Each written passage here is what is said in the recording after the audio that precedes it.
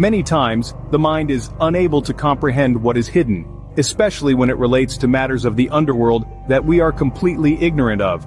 And sometimes a person pays a heavy price for what he unintentionally tampered with this terrifying world, but each of us must know as much as possible about these worlds so as not to.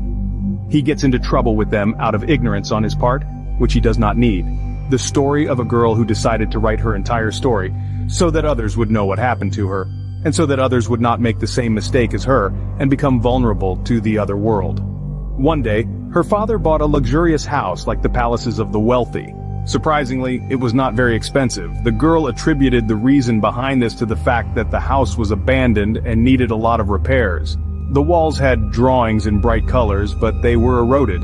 It consists of 2 floors. On the first floor there is an American-designed kitchen, a room for receiving guests, a living room, and a dining room which contains a very large table, as if kings and princes were sitting on it to eat, and an elegant luxurious bathroom that is still in its original condition, attracting attention. As for the second floor, it contains 3 bedrooms, each with its own bathroom, and on the roof there is a small room that is very beautiful, as its ceiling is made of glass.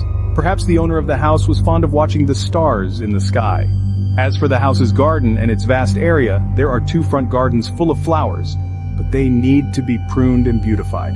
And another is a back garden with a huge tree that appears from its appearance to be older than the house, with a beautiful swing hanging from it. There is also a place for the car and a beautiful lake with water suitable for bathing. School has begun and everything is routine. As usual, the girl made a cage with birds in every balcony of the house, and the view was amazing, giving a feeling of psychological comfort, which was reflected in her studying and rapid acquisition of information in record times. There was a small room in the house that contained repair tools and equipment of that kind. The girl wanted to exploit that room and make it her little kingdom, but she postponed implementing the idea until the middle of the school year, so as not to distract her from her studies. The study began and everything was routine, as usual. The girl made the house was surrounded by a cage with birds, and the view was amazing, giving a feeling of psychological comfort, which was reflected in her studying and rapid acquisition of information in record times. There was a small room in the house that contained repair tools and equipment of that kind. The girl wanted to exploit that room and make it her little kingdom, but she postponed implementing the idea until the mid-year vacation so as not to distract her from her studies.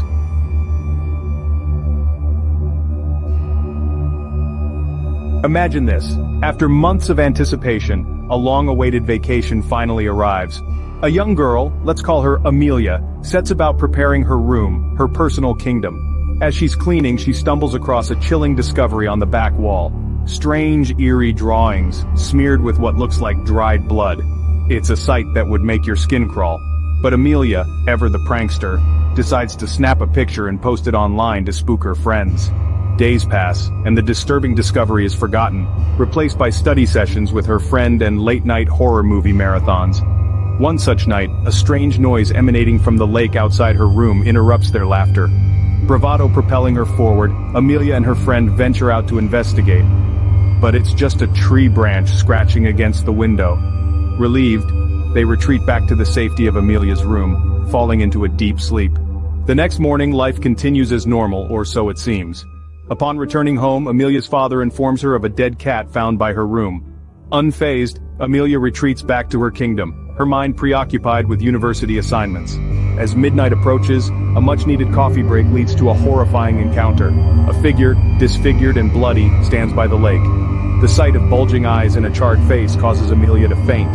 When she wakes, her father writes off the encounter as a result of overwork. But Amelia knows better, especially when she begins seeing the figure in her dreams, and waking up with unexplainable burn marks on her body.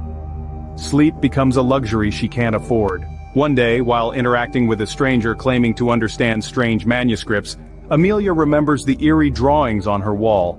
She sends him the pictures, and he insists on a meeting. When he learns that Amelia's friend has been missing for 2 days, he decides they must return to Amelia's house immediately. The scene that greets them is one of horror. Amelia's friend is found engulfed in flames. As an ambulance is called, the man tells Amelia they have a responsibility to save her friend and herself. He instructs Amelia to deceive her father into leaving the house, ensuring his safety. Back in the house, the man begins to chant strange words and Amelia faints. When she wakes, she finds herself in the same house, but somehow different. The eerie drawings are gone, replaced by a clean wall. Her friend is safe and sound with no memory of the horrific incident. The strange man has vanished, leaving no trace of his existence. In the end, Amelia is left with more questions than answers. Was it all a dream? Or did she truly face a supernatural force? One thing is certain, she will never forget the chilling vacation that brought her face to face with the inexplicable.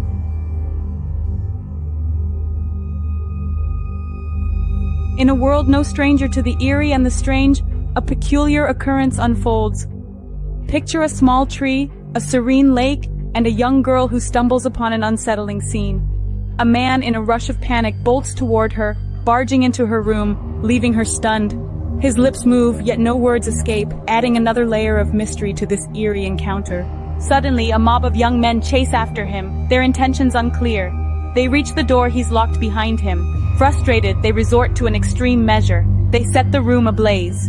Despite their best efforts, the fire rages uncontrollably, consuming the man within. The man who had once haunted her dreams, now a charred victim of a horrifying act. The fire dwindles eventually. The room, a smoky shell of its former self, holds the remnants of the man who had once been a looming threat. The mob, in their savage desperation, tie the man to a branch, still smoldering from the fire. They cast him into the lake, an attempt to wash away the grim evidence of their heinous act. Enter a grieving father, who finds his son missing. Upon learning of the horrifying fate that had befallen his son, he vows to reclaim what was lost. The father's grief finds expression on the room's walls, in the form of cryptic inscriptions. The girl reads these, and in doing so, summons the spirit of the deceased man. As the father breathes his last, the spirit vanishes, leaving behind a house shrouded in fear. Tales of its haunting spread, and the house stands deserted, until one day her father decides to rent it. Awakening from her sleep, the girl encounters the man's spirit again. He asks her about his body's location. She points to the lake, her heart pounding with fear.